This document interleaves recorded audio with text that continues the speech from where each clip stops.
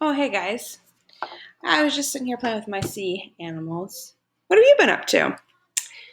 Well, we are going to be learning about evaluating sources. There are kind of four main ideas that we're looking at: authority, accuracy, scope, and primary sources. I bet you've heard this before.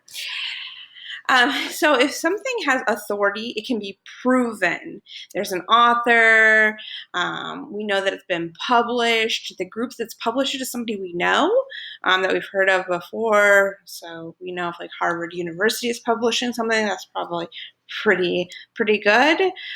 Could you contact the author if you wanted to? I mean, surely if the person puts their name on it and gives you a contact, we know that that's pretty authoritative. That means that this person probably knows. They're a doctor, they're a scientist, they know the information. There's a reason that they would be able to write about a topic. If something is accurate, it is part of something that's been an edited publication, which means other people have read it as well. Does it even sound credible? Like if I tell you that this is a real fish in my video, you know that this is not a real fish, right? That doesn't sound credible to me. What's the date? Does it have a date that it was published? If there's no date, that makes it a little tricky too. Is there bad language? I mean, sometimes you see that, and that right away tells you that that's probably not very accurate information or credible information that that person is giving. Okay. And then the scope is pretty basic. Like, why was it written? Is it written to prove to me that I should spend millions of dollars to help the farmers of this fish? And then the farmers of this fish have written this article because they want me to send them lots of money.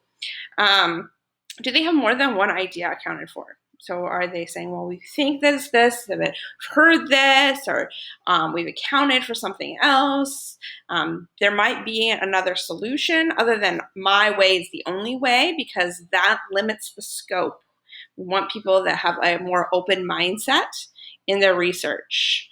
And have they written other things?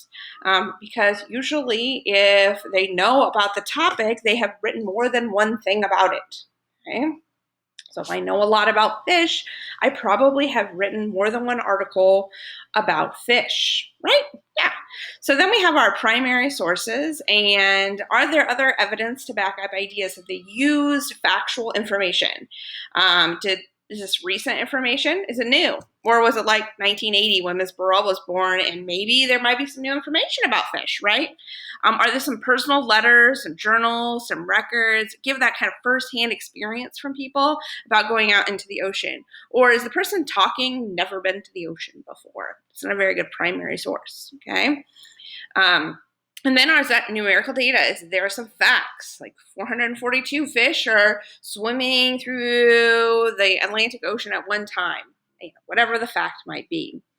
Remember, we want to look for these things. What's the bias? What is our special interest group? Like I said, are these the farmers that want you to send them money? Who does the URL belong to? Who is owning that URL? Is it an educational source, or is it somebody trying to sell you something? Are there a bunch of advertisements surrounding it that also shows a bias? Like, hey, we want you to buy things. We're not really interested in the information. So we're going to look for that.